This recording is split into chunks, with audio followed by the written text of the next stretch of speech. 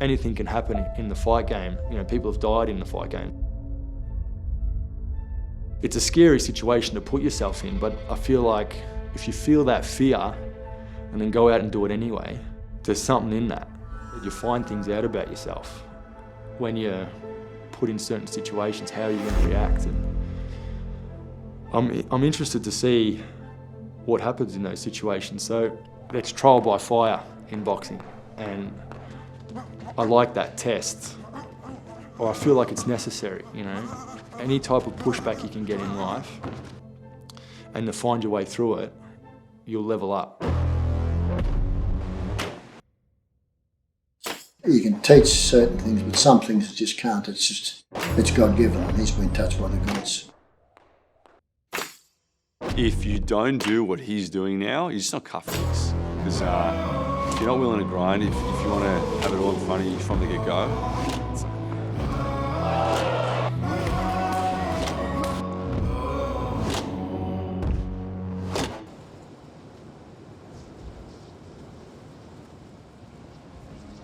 it was actually good fun. It was like, there wasn't a heap of things to do here, so as kids we all just used our imaginations, you know, just riding through the paddocks before Craven got developed and stuff, and just doing what boys do, getting up to a bit of mischief and stuffing around. Typical older brother, always tried to do pretty much the same things as him. Wrestling and play fighting, that's probably, then if not that, I think it was just everything in the backyard, just your sports. That's pretty much where it drew the line, pretty active. Whatever he did, he always followed with a passion. You know, he started off with football, and he was an absolute gun at that. You know, he did really well. And then as he progressed, you know, he started taking on amateur boxing.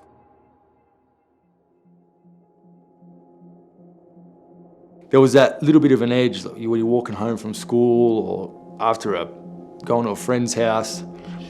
I think I wanted a little bit more of that confidence where if anything did happen, I could defend myself. And luckily the youth centre was just across the road from my house, so.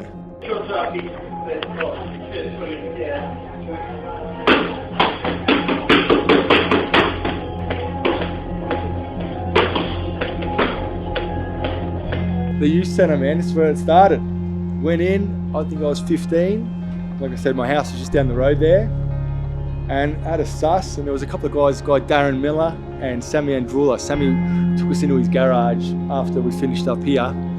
But just a heap of kids, learn how to fight for the first time, throw hands. And we'd set up these couches and just spar, and it was a good laugh, man. Said it was good that you bring shit like this into a young community, and for what it's done for me and the lessons that I've learned from just starting off here, you know, I never would have thought I could do that. Once I had that first fight, I was like, I need to take this a little bit more serious, and it wasn't just kids running around in a garage anymore. I wanted to learn the sport of boxing a bit more, and that's what took me to pro-fit boxing.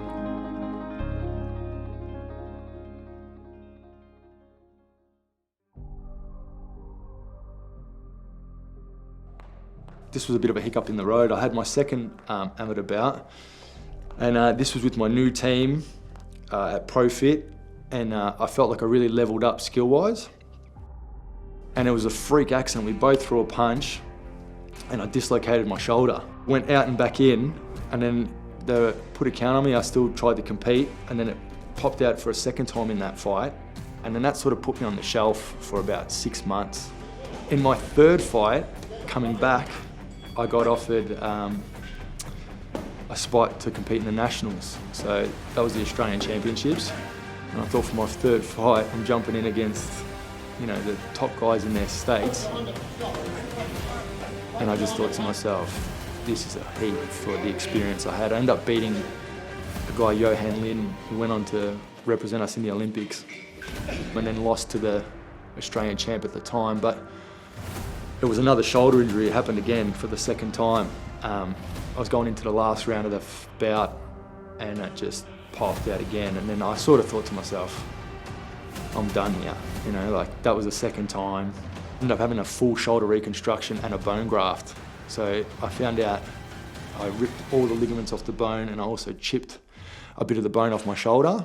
So it was a bit of again, another process, but I thought if I can mentally push through that and come back from that, then it shows a bit of that good mental fortitude, and that's what I did, and I ended up competing overseas a couple of times after that, and more national championships.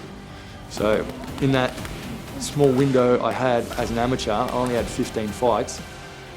I crammed a lot of experience into a short amount of time with the injuries and whatnot. I do remember the day that he told me that he was going to go pro. You know, it was on the cards for a very long time.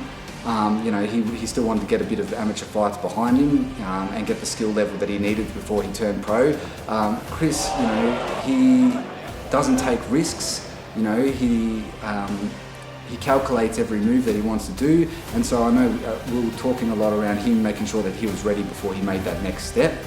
And we discussed it a lot, and then when he finally was, yeah, he stepped into that arena, and it just showed with you know, his first, second, third fight, he was just dominating the competition, and you know, it was just great to be able to see that he'd finally reached that step, and that, you know, he was showing confidence in the ring and getting forward and getting his name out there as a professional boxer.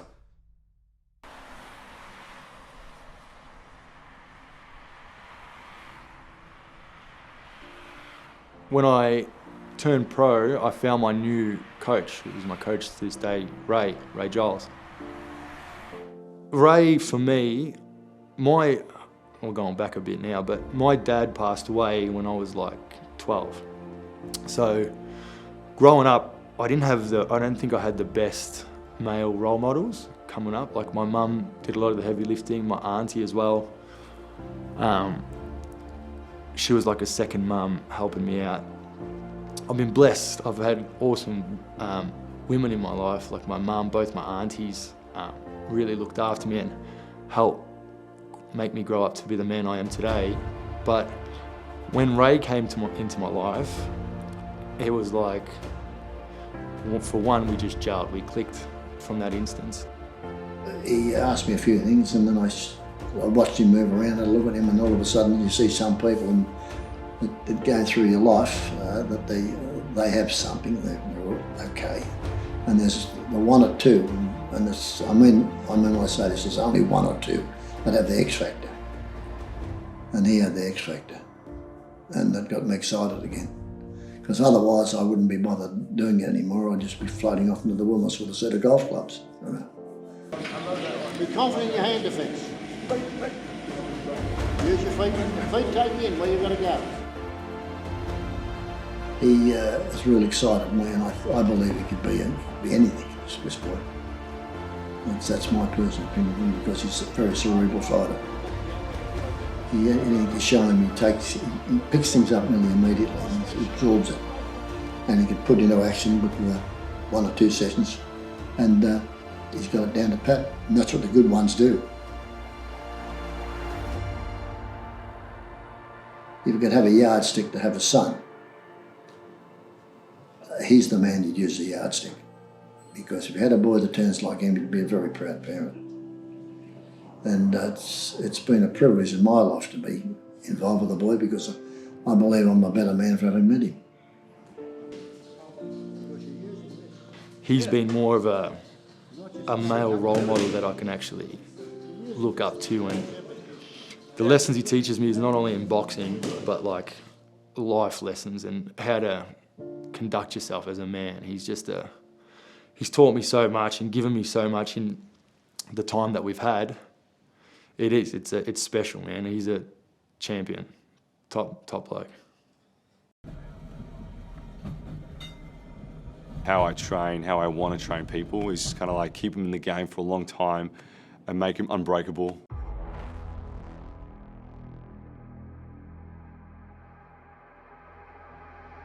When it came to amateurs, we did a lot of our strength training integrated with our boxing stuff. Going into the pros, I wanted to take a lot more of a serious approach, and I was like, I wanted to seek out a strength and conditioning coach. He hit up the Sports Science Lab in America on Instagram, and they said, like, go see Jake, he's got some of our equipment and he'll be able to help you. So yeah, so Kris called me, he came down, and I was like, yeah, nah, I reckon I could go in places with him. And then I had to pull my socks up even more, because, you know, so much talent and so much willingness to work hard. You got to make sure that you're guiding him down the right track. We always set the bar so high to the point where it's almost like humanly impossible to complete. And that, you know, if you can face a workout knowing that there's a good chance you're not going to finish this and still try, then it's just character building. If you don't do what he's doing now, you're just not cut for this. Because if you're not willing to grind, if you want to have it all in front of you from the get-go, it's not going to happen.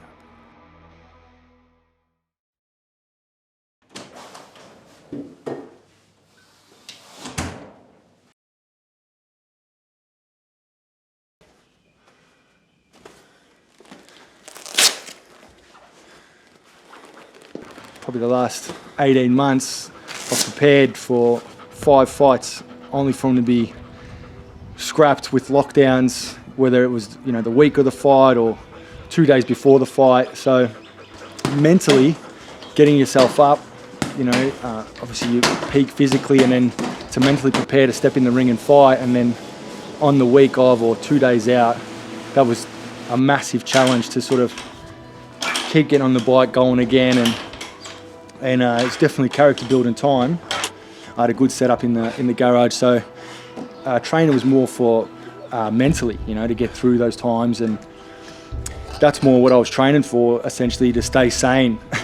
5th of March is our next scheduled fight, so we're gonna, you know, stay in the gym, stay working, obviously have a little bit of just a short break over the New Year's and Christmas period, and then it's all systems go, man. Hoping to get in there 2022 and get a heap of fights in, and really start stepping up and taking the best in Australia on, and then going ahead and trying to move international from there.